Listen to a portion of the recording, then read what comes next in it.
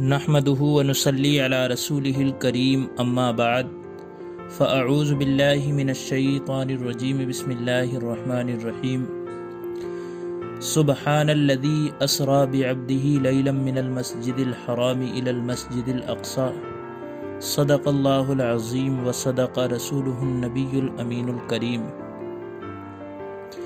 حضرات سامعین کرام، اللہ تبارک و تعالی قرآن مقدس کے اندر ارشاد فرماتا ہے، پاک ہے وہ ذات جو لے گئی اپنے بندے کو یعنی محمد رسول اللہ صلی اللہ علیہ وسلم کو مسجد حرام سے مسجد اقصی تک۔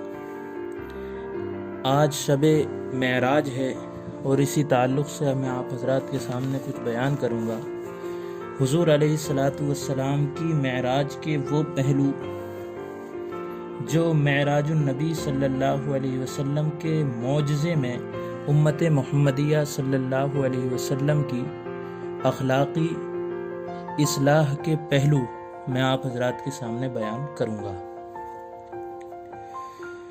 اللہ کے رسول علیہ السلام کا مرتبہ ویسے تو ہم اور آپ سب جانتے ہیں کہ اللہ تبارک و تعالی نے کتنا بلند والا مقام حضور علیہ السلام کو عطا فرمایا ہے۔ رحمت دو عالم صلی اللہ علیہ وسلم معراج کی رات براق پر سوار قاب قوسین کی طرف بلندیوں کا سفر طے کرتے رہے۔ آپ صلی اللہ علیہ وسلم کو ایسے بلند مقامات عطا ہوئے کہ ان مراتب کے بعد بھی لا تعداد عظمتوں اور بلندیوں کا نہ ختم ہونے والا سلسلہ ہے۔ آپ صلی اللہ علیہ وسلم کو جب بھی اللہ رب العزت کی بارگاہ سے نعمتیں عطا ہوئی ہیں تو وہ آپ صلی اللہ علیہ وسلم نے تحدیت نعمت اور شکریہ کے طور پر لوگوں کو ان نعمتوں کے حوالے سے آگاہ بھی فرمایا ہے۔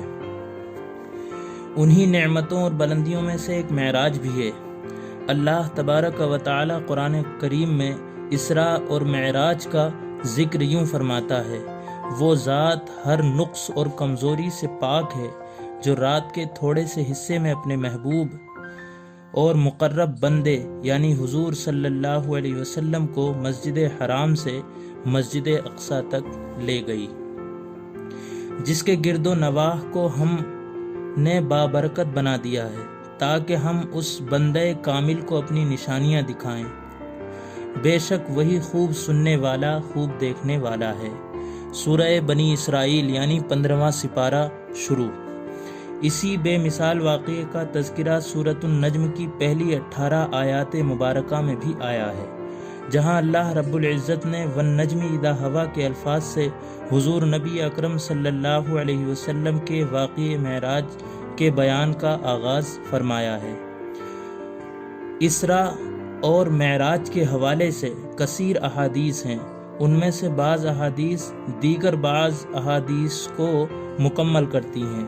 انہیں 26 سے زیادہ صحابہ اکرام رضوان اللہ تعالی علیہم اجمعین نے روایت کیا۔ ہم یہاں اس موضوع کی تفصیلات کا ذکر نہیں کریں گے کیونکہ یہ واقعہ مسلمانوں میں معروف ہے یعنی مشہور ہے۔ ہم اس واقعے کے فقط اخلاقی پہلو کا تذکرہ کریں گے۔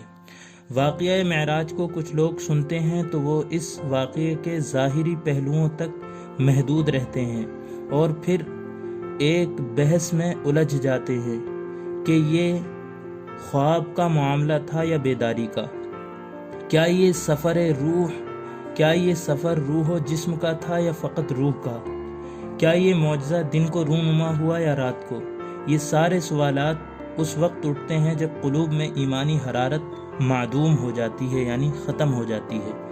دوسری طرف اس خبر کو ایک قوم نے یوں سنا کہ یہ خبر ان کے دلوں کی گہرائی میں اتر گئی، تب وہ لوگ طبعی صورت میں اس واقعے کی روح کی طرف متوجہ ہوئے۔ انہوں نے یہ خیال کیا کہ یہ خبر ایسی ہدایات پر مشتمل ہے جنہیں سرسری نظر سے دیکھنا مناسب نہیں۔ اس میں امت محمدیہ کے لیے چند ہدایات ہیں۔ وہ چند ہدایات کیا ہیں وہ اگلی ویڈیو میں انشاءاللہ میں آپ حضرات کے سامنے بیان کروں گا۔